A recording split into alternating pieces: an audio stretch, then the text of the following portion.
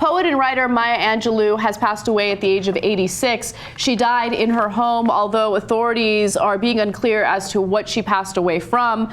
Obviously, it could just be from her frail health or frail situation. She had heart issues, but she did live a very long and very interesting life. Just to give you a sense of what she is very well known for, she of course wrote her first book in 1969, I Know Why the Caged Bird Sings, an incredible memoir, and she actually ends that memoir talking about how she became pregnant at the age of 16. She was a single mother, among many, many other things. Just to tell you what my absolute favorite quote from Maya Angelou is, she said, "I've learned that people will forget what you said, people will forget what you did, but people will never forget how you made them feel."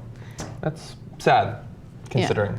Yeah, look, I'm not gonna lie like many people in the media will and say that I was a huge follower of her career. I'm not a follower of poetry in general terms, but the few times that I did hear her speak, as she did at universities and in speeches, and the things that I read of hers, she had a great impact. She was a great inspiration for young girls in America, great motivation for people to explore creativity, to express themselves, and that's exemplified in quotes like what you just saw. Yeah, and you read about her life and you read about how inspirational she is, and it just makes you want to keep pushing forward. It makes you want to live an interesting life and not resign from society and go with the status quo. Just do things that might not be considered, great, or might be considered unsavory by certain people in the country, but at least you're living your life. I mean, you read about her experiences, and she did so many really interesting things aside from writing. She was a dancer, she made money doing that. She was a calypso singer, she was a streetcar conductor, one of the first black streetcar conductors in the United States, by the way, which is fascinating.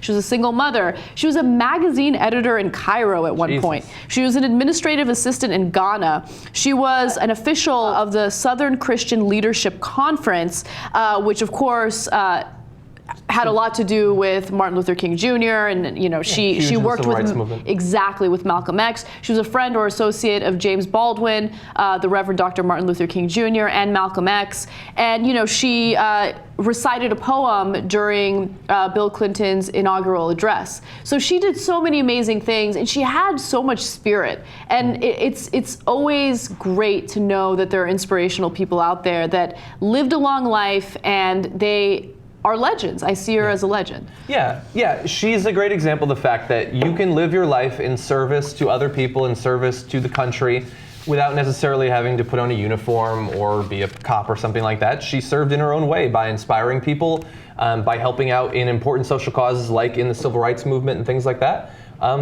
She'll be remembered for that. She also wrote, not to take this to a really dark place, but I didn't know about this until I read her obituary today. She was actually raped by her mother's boyfriend when she was very young, and she told the authorities he was prosecuted and convicted, but then he was murdered before he could serve any jail time. And there's some speculation that her uncles did that. Oh, wow. But I mean, that was just a part of her life that I had never known about. And you just read about something so heinous and terrible, and a lot of people wouldn't recover from that. But she was resilient enough to recover from getting pregnant at the age of 16 and raising a son by herself, going through such a tragic event with someone, abusing her like that. I mean, she's, again, an amazing person. And also the racism that she dealt with, growing up. Yeah, well, I mean, she certainly was on the forefront of it, having served in the civil rights movement. Like I said, let's be real. Poetry doesn't come from being raised in daisies and puppy dogs and things like that. Like poetry, in a lot of ways, like stand-up comedy, it comes through dealing with strife, dealing with problems early on, trying to work through things, understanding them in a way, in some ways more real than other people have to, and that's perhaps one of the reasons why she was such an amazing poet. Absolutely.